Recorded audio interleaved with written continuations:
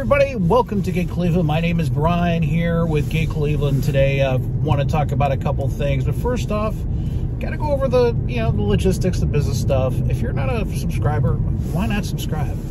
Why not get all the information from me that give you the good scoop on the gig economy? I got ride-alongs, I got news, I got goofballs, I got everything. Go ahead and hit that subscribe button. All right, so today I wanted to talk about my last week's fuel surcharge earnings. Now, I earned $5 with DoorDash because I did 149 miles. I was 20 some miles short of 10, which I love how they do that. That's one of the downsides of multi-apping. Like, if you have a thing like this, you don't get as much, but at the same token, you don't make as much money if you just do one app. Unless that's the only app in town. Now, every market's different, so I'm not saying that, everybody's the same, homogenous or whatever. I'm just saying that that's the key to success is, of course, multi-apping if you're in a bigger market or medium-sized market. So today I was in Independence, actually, doing a lunch in the business district. It is well worth it on Fridays. It's $75 within like 2.5 hours. It just died down. I just left now. I'm going back to grab some things and do the dinner shift. Gonna have some lunch. But I kind of want to talk a little bit today about the fuel earnings. But like I said, if you want to make the most amount of money with the least amount of miles, choose a business district. On a Friday or a Monday, you're going to be in good shape, because I think I drove a total of 19 miles for my 2.5 hours. I love those days, because then you could just you can go, you have a positive mindset, not just from that, but just that's what you're supposed to do. You're supposed to make money, but also work productively, not just sit there and just wait for orders. And nobody wants to do that if you're full-time, but a lot of people are part-time, so it doesn't really matter. Anyways, so Uber Eats, I earned, I think, when I got the screenshot here, let me get it here, hold on, put it on my Google Maps here on my car. All right, so I did 30, so I did 30 for some deliveries. Okay, so I earned $14.55 from Uber. So 5 there is $19.55. Grubhub, I got a total of $1. That's it. That's all I got, because I didn't do many deliveries from Grubhub. So it was a total of about 20 bucks. And I use the Dasher Direct card just because of the 10% cash back. I don't use it as a bank card, but I put my earnings, I can transfer them into my checking account or a savings account, or I can move money wherever I want to, and there's no charge. So a lot of those people that like to daily, I don't like to do that, but like to daily cash out, I don't, but it would save you money, because I think it's like $1.99 to cash out if you don't have the Dasher Direct card. So it's not a plug, but I'm just saying that's what I use. So when I fill this thing up, when it's to about 40 miles, I wait till it's about 40 to 45 miles left in the tank to empty. Usually I'll get about, if gas is $4 a gallon, I'll usually get it's probably 35 to 38 bucks to fill it up. It's not a lot. It's only a 13-gallon tank. So if I get $38, that's $3.80. I only fill up the tank about twice a week, so it's about $8 I get from DoorDash. So it's $26. So the average cost I was paying last week was, I go to the Valero there on Ridge in Pleasant Valley. It's only $3.91 right now.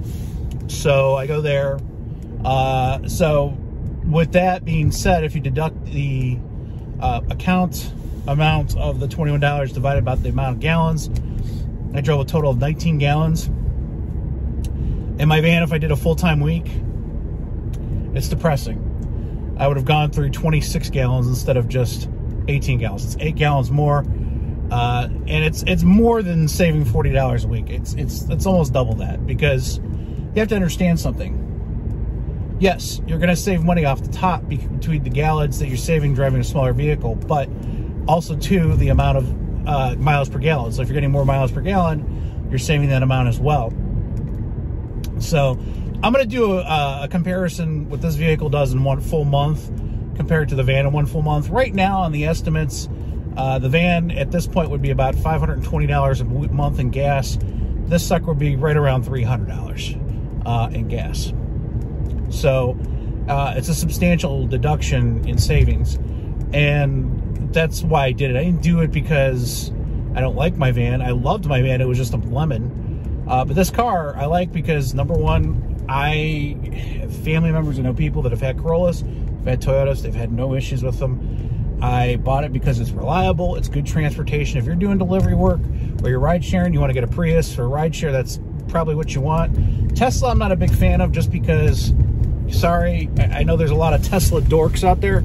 I'm a Toyota nerd, but there's a lot of Tesla dorks out there that say that, oh, Tesla's so much superior. Okay, granted, they have a lot of good, they have torque to make them go real fast, sure, absolutely, but it's a limited resource. When they break down, they cost a fortune to fix. They're not in the all data system to where a mechanic can actually fix it. You actually have to take it to a Tesla dealership, and you have to pay thousands and thousands of dollars. Now, obviously, if you can afford a $60,000 entry-level vehicle, you can afford to get it fixed. But I digress. So what you're seeing is, you know, that's what I was looking at. And the Prius, or I was looking at the Corolla Hybrid, that looked good too. My problem with the Corolla Hybrid was I want to keep something longer than 3 or 4 years, or, you know, 6 years. The batteries go bad after 10 or 15, sometimes sooner.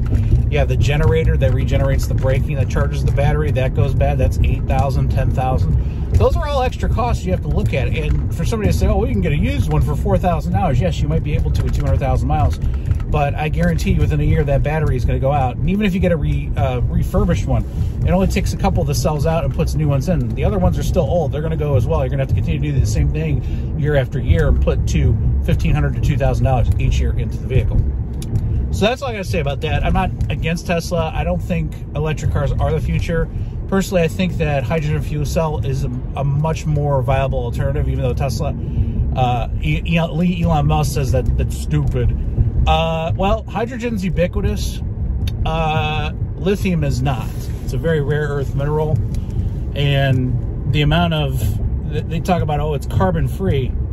It's not carbon free. The amount of crap they have to blow up to get those lithium mines or the ore mines just to build the vehicle is insane. The amount of earth they have to ruin just to create an electric vehicle is insane.